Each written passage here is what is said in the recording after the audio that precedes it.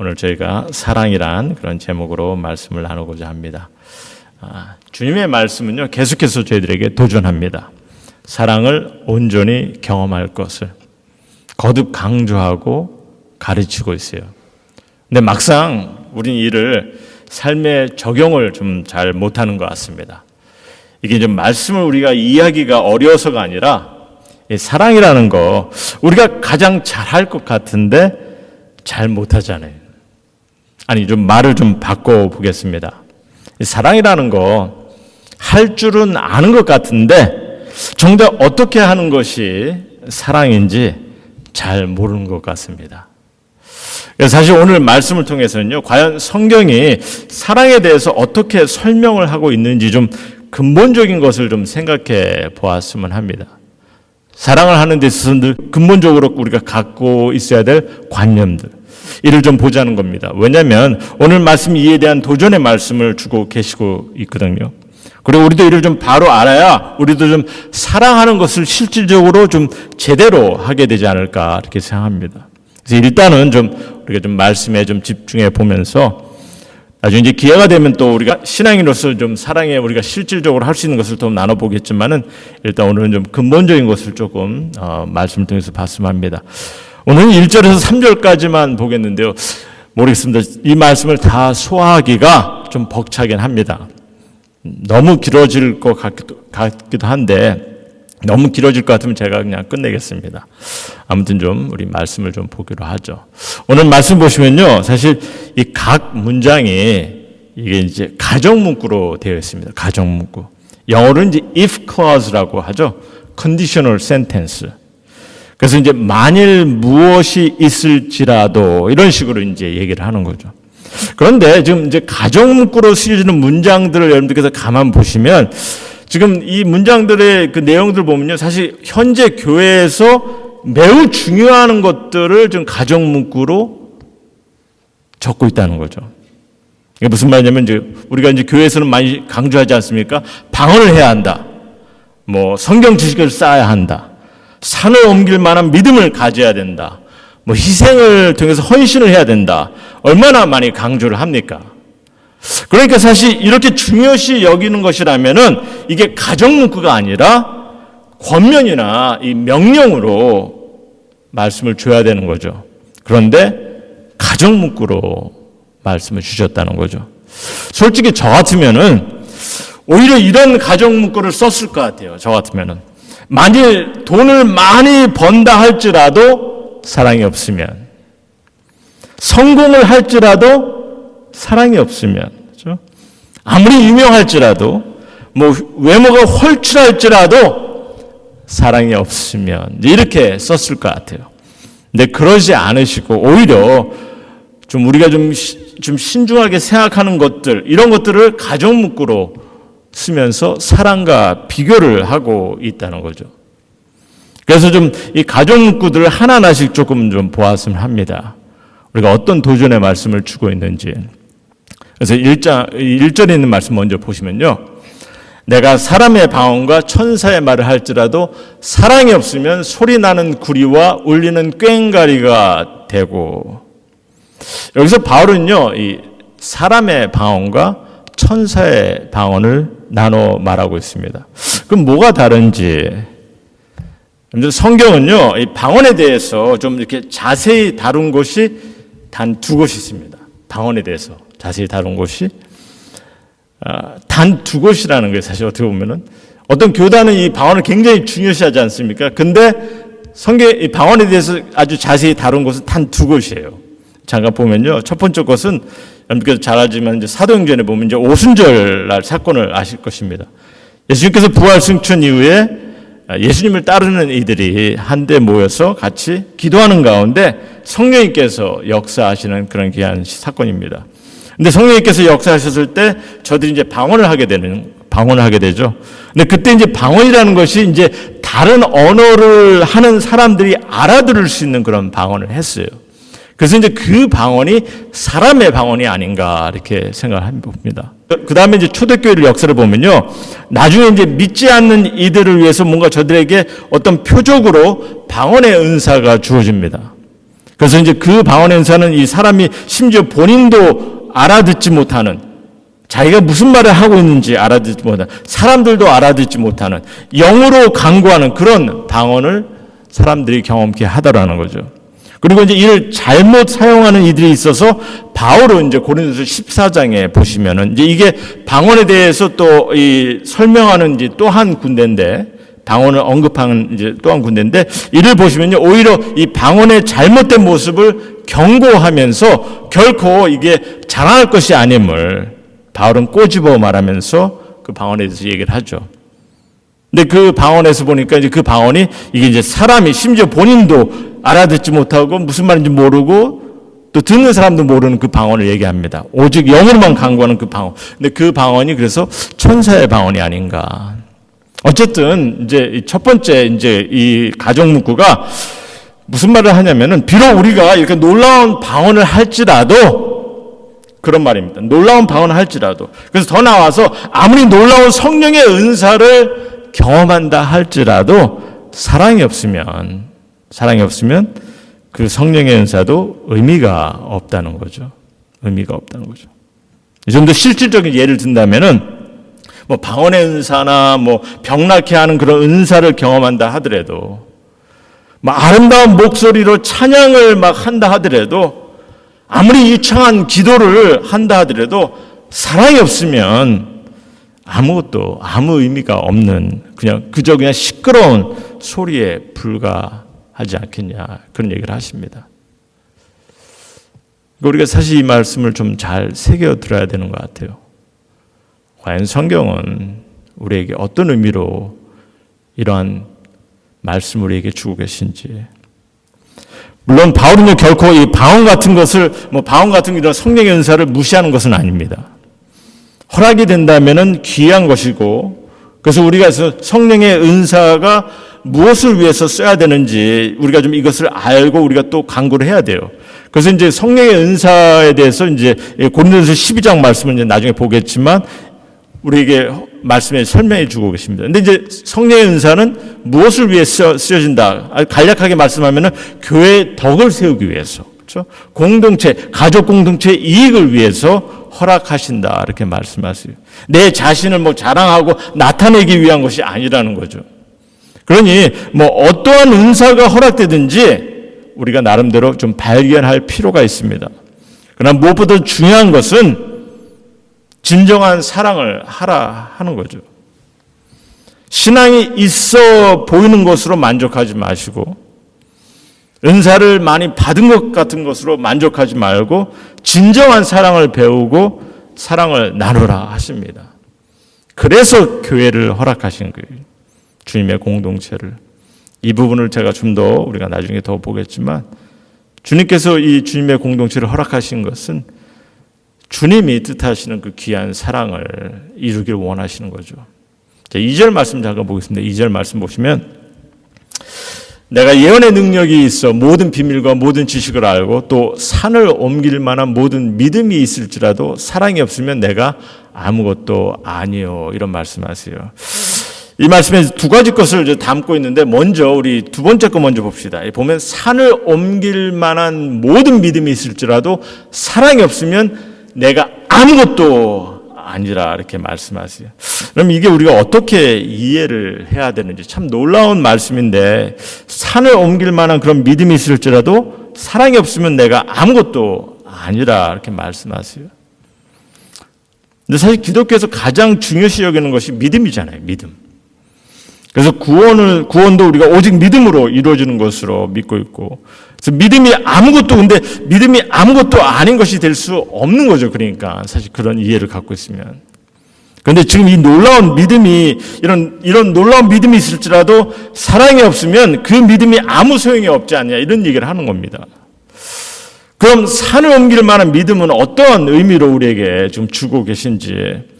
그래서 먼저 우리가 성경에서 이 가르치는 이 믿음에 관해서 좀 이해를 할 필요가 있습니다. 우리가 이제 성경 말씀을 자세히 보시면요, 이 믿음을 설명할 때 두 가지를 말씀해 주세요. 두 가지를. 믿음에 대해서. 근데 우리가 그거를 이제 성도님들이 잘 구분을 못할 때도 있고, 그거를 이제 잘못 악용할 때가 좀 많이 있습니다. 첫 번째, 이 하나님께서 이 구원을 위해 보내신, 하나님께서 우리에게 구원을 위해서 보내신 예수 그리스도를 구세주로, 나의 주님으로 인식하고 고백하는 그 마음을 통해서 내가 믿음을 갖는 거. 그러니까 주님을 고백하고 영접하는 그 믿음을 이제 우리가 좀 이해하고 잘 알고 있습니다.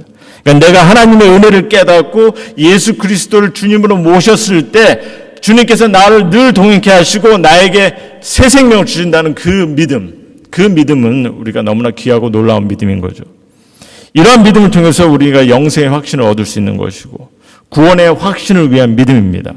근데 이제 또 하나의 믿음은요, 지금 오늘 이제 바울이 언급하고 있는 것인데, 무엇보다도 뭐냐면, 하나님의 능력을, 예수 그리스도의 능력을 믿고 의지하려는 믿음입니다.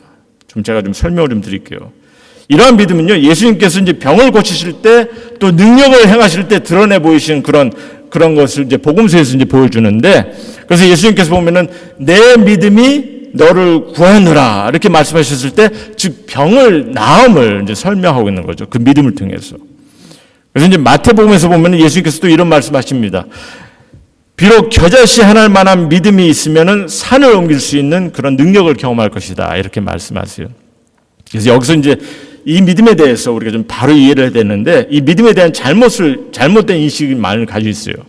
제가 좀 설명을 좀 하겠습니다. 사실 예수님께서 이게 산을 옮길 수 있는 능력을 경험하는 이 겨자씨만한 믿음을 말씀하셨을 때는요, 이 말씀이 무슨 말이냐면은 하나님께서 산을 옮길 수 있는 그런 능력이 있음을 믿는 하나님을 향한 믿음이라는 거죠. 하나님께서 그 능력을 행하실 것을 내가 믿는 그 믿음입니다. 그러니까 내가 스스로가 그냥 믿기만 하면은 산이 옮겨진다는 그런 말이 아니에요. 이해가 되시겠죠? 근데 우리 자꾸 내가 믿음만 갖고 있으면은 막 슈퍼맨이 되는 것처럼 이렇게 착각을 하고 설명할 때가 있습니다.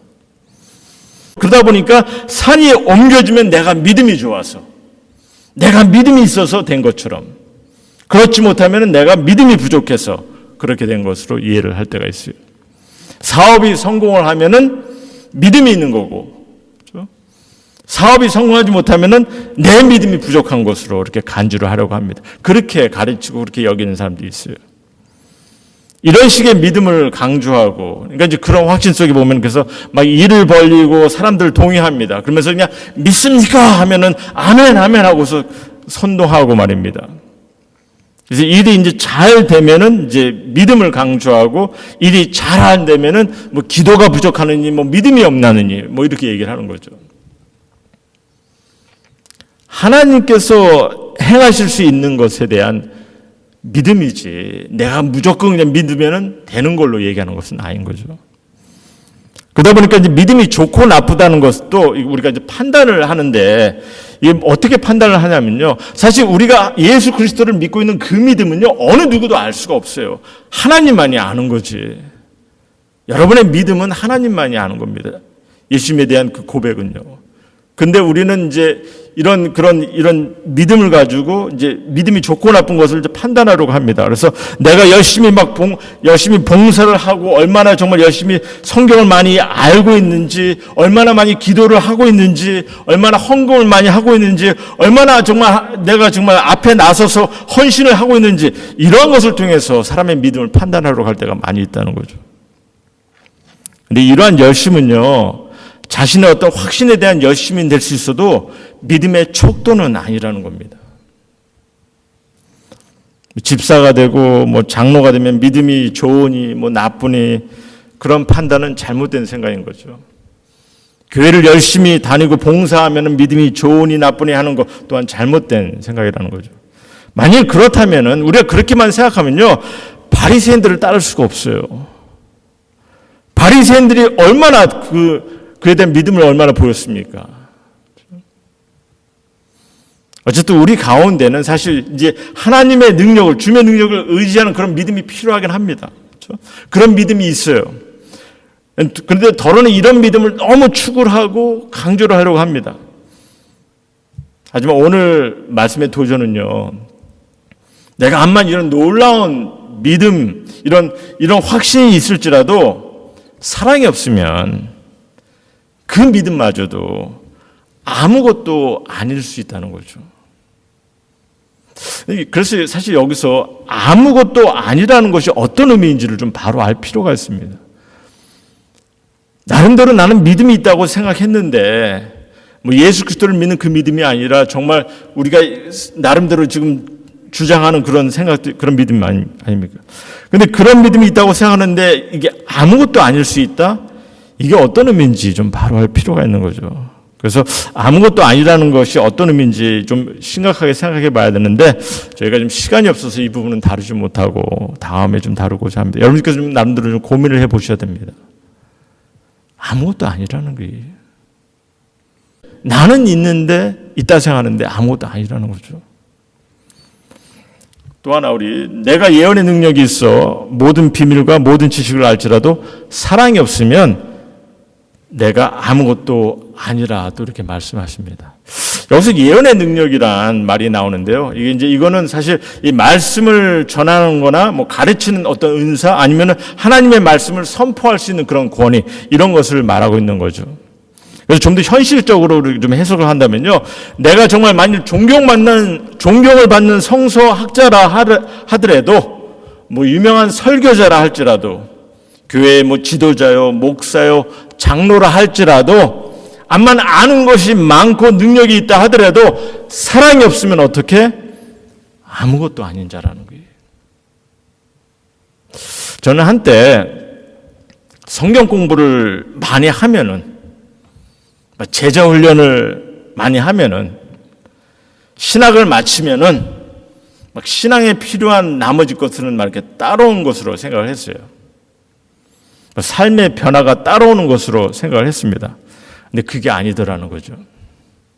암만 말씀을 많이 알고 많은 지식이 있다 하더라도 오늘 말씀을 보니까 그게 다가 아닐 수 있다는 겁니다. 사실 신학 공부를 할 때 이 신학을 이제 할 만큼 하면요. 성경에 맥이 잡히고 신앙 삶의 모든 그림이 그려질 줄 알았어요. 물론 이제 성경에 나름대로 이렇게 맥은 잡은 것 같아요. 또 많은 비밀과 많은 지식을 좀 알게 된 것 같기도 하고. 그런데 정작 이 말씀을 통해서 깨닫게 되는 것이 뭐였냐면요. 정말 주님께서 뜻하시고 소원하시는 것이 다른 건 아니고 복음의 메시지구나. 하나님의 은혜와 사랑을 깨닫고 그 사랑을 경험하는 것이구나. 결국은 그것을 발견하게 되더라는 거죠. 그러니까 한마디로 어려운 길을 돌고 돌아서 힘든 길을 돌고 돌아와서 정말 복음의 핵심인 그 메시지를 주님의 주신 그 사랑의 메시지를 깨닫게 되는 그런 상황이 된 거예요. 정작 그런 길을 가야 될 사람들은 필요합니다. 근데 그런 길을 가지 않아도 될 사람들은 안 가도 되는 거고요. 정말 주님의 사랑의 메시지를 우리가 바로 아는 게 중요한 거죠. 그래서 바울도 이런 말씀을 하는 것 같아요. 바울이 얼마나 많이 배운 사람입니까? 정말 율법의 박사요. 최고 학문 과정을 마친 사람입니다. 하지만 부활하신 예수님을 만난 그는요. 하나님의 은혜를 주님의 사랑을 정말 귀하게 깨닫게 되죠. 예수님께서 그 희생의 사랑을 보신 것처럼 그래서 우리도 서로 사랑해야 된다는 것을 이것이 더없이 귀함을 그가 보게 되는 겁니다. 그러니 이런 말씀을 하는 거죠. 모든 지식을 알지라도 사랑이 없으면 아무것도 아니라고. 그래서 사실 이제는 물론 우리가 제자 훈련하고 성숙의 삶을 위한 성경 공부, 성경 통독 다 중요해요. 하지만 이런 것들을 강조하기 전에 정말 신앙의 실제적인 삶의 변화, 내가 정말 이 말씀을 통한 이 적용, 그렇죠? 정작 사랑을 할 수 있는 그런 삶을 살고 있는지 이를 좀 강조하고 있는 것입니다. 이게 말입니다. 공부라는 것이 그래요. 공부라는 것이.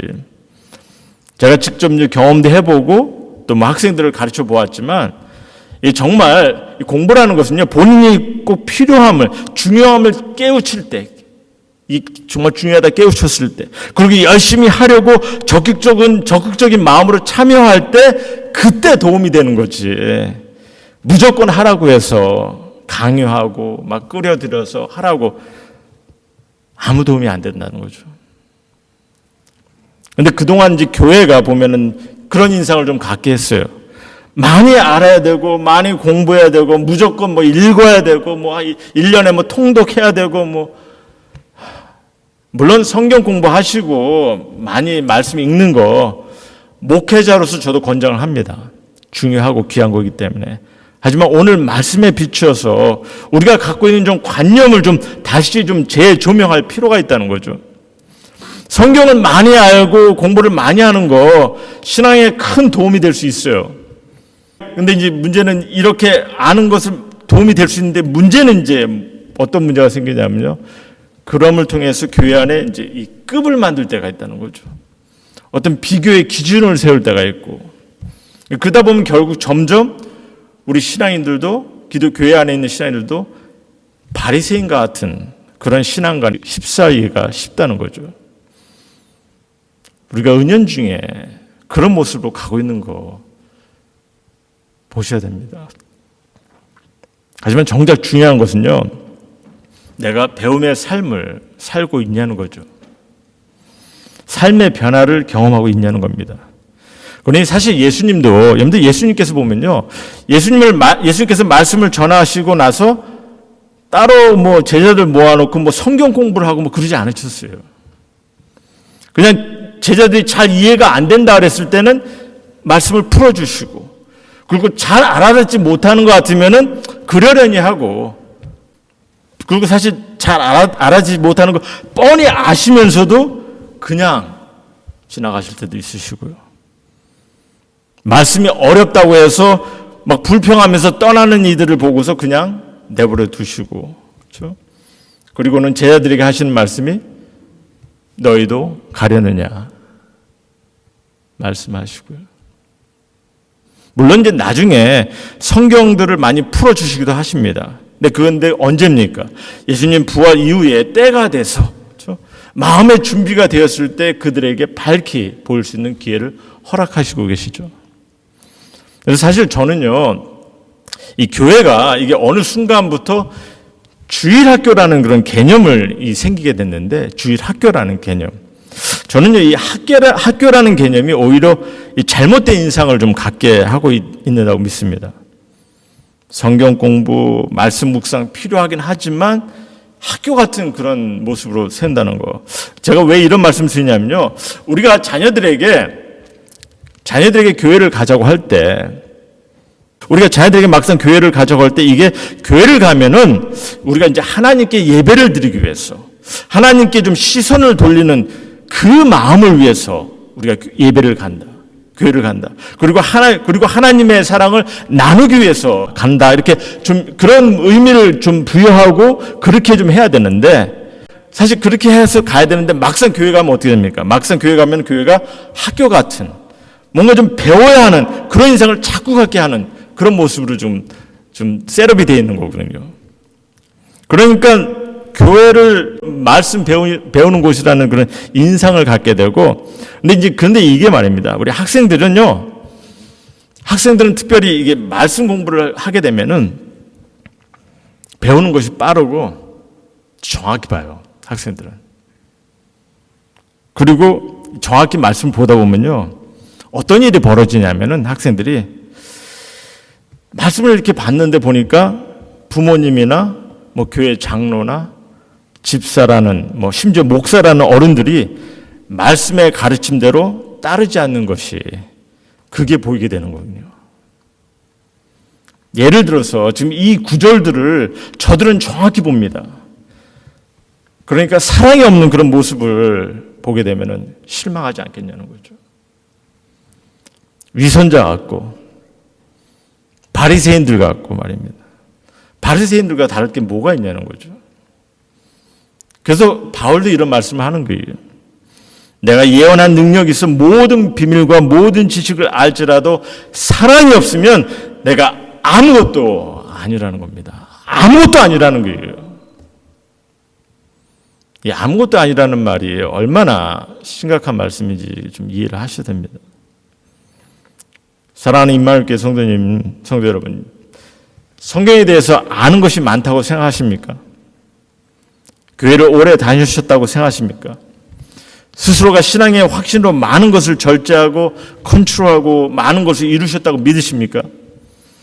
그럼 내가 진실된 사랑의 열매를 맺고 있는지, 주님께 향한 진실된 사랑을 갖고 계신지, 우리 이를 좀 스스로가 물어봐야 되는 그런 신앙이 되어야 되는 것 같아요. 그래서 좀 때로는 좀 심각하게 자신의 삶을 돌아봐야 되는 거죠. 왜?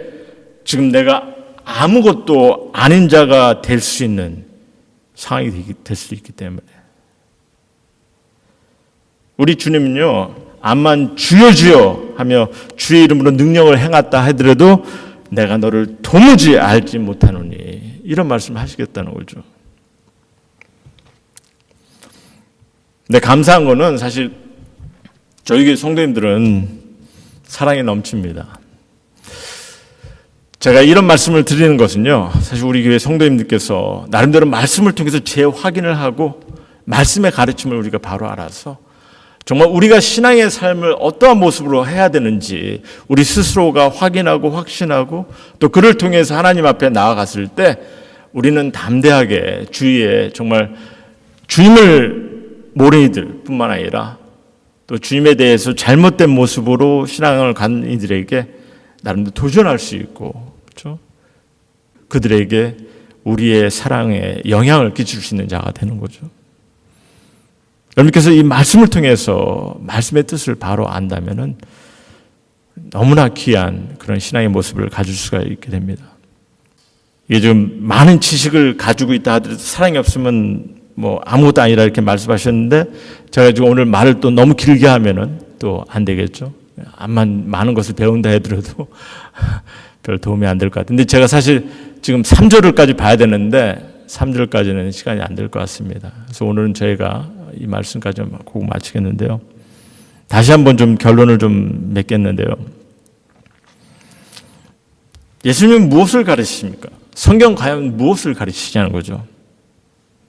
사랑이 없이는 아무것도 아니라 하십니다. 사랑이 없이는 아무 이로움도 없다는 거예요. 사랑이 없다면 내가 추구하는 모든 배움, 뭐 내가 열심으로 한 섬김, 뭐 은사, 자랑할지라도 아무 소용이 없다는 거죠. 자랑할 것이 없다는 거죠. 신앙의 성숙은요, 내 내면 안에서, 내 마음 속에서 사랑을 이루어가며 그 삶을 통해서 하나님을 만나고 하나님의 뜻을 경험해가는 것이, 그것이 우리 신앙인의 모습입니다. 여러분들 잘 아시지만 예수님께서 요한복음에 보시면 그런 말씀을 하시죠. 우리에게 너무나 귀한 말씀을 주셨는데, 요한복음 13장 34절 35절 말씀 보시면 너무나 잘하는 말씀입니다. 새 계명을 너에게 주노니 서로 사랑하라. 내가 너희를 사랑한 것 같이 너희도 서로 사랑하라. 너희가 서로 사랑하면 이로써 모든 사람이 너희가 내 제자인 줄 알리라. 예수님께서 당신께서 십자가에 달려 돌아가시기 전에 마지막으로 제자들 모아놓고 사도들 모아놓고 당부하신 귀한 말씀 중에 주신 새 계명입니다. 정말 우리 믿는 이들에게 필요하고 가장 귀하고 우리가 정말 이 신앙 안에서 따라야 될 그런 귀한 말씀을 주신 거죠.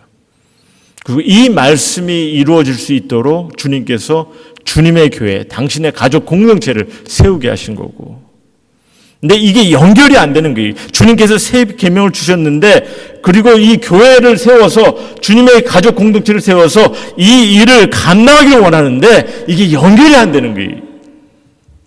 근데 해야죠. 우리 믿는 이들 이 일을 감당해 나가야 됩니다. 그랬을 때 주님께서 기뻐하시는 숫자가 중요한 것이 아닙니다. 그 안에서 주님께서 영광 받으시는 그런 아름다운 주님의 교회로 주님께서 축복하시고 인도하시고 그 삶을, 그 성도의 삶을 하나하나 주님께서 지켜주시고 인도해 나가실 것입니다. 그래서 우리 임마누엘 성도님 모두가 정말 사랑합시다. 사랑을 좀 연습을 하시고 그리고 하나님의 사랑을 좀 전하는 자가 되기를 또한 소원합니다. 진정한 사랑 어디에서? 우리가 있는 곳에서, 주님의 교회에서. 계속해서 이 말씀을 통해서 우리가 좀 교회의 존재의 이유를 좀 저희가 좀 설명하고 있는데, 주님께서 허락하신 이 교회를 통해서 그 사랑의 싹틈을 통해서 하나님의 교회가 하나님의 나라를 세워가는 그런 아름다운 그런 공동체로 이루어갈 수 있도록 이를 위해서 함께 협력하며 사랑의 모습을 이어가기를 주님의 이름으로 정말 소원하고 소원합니다.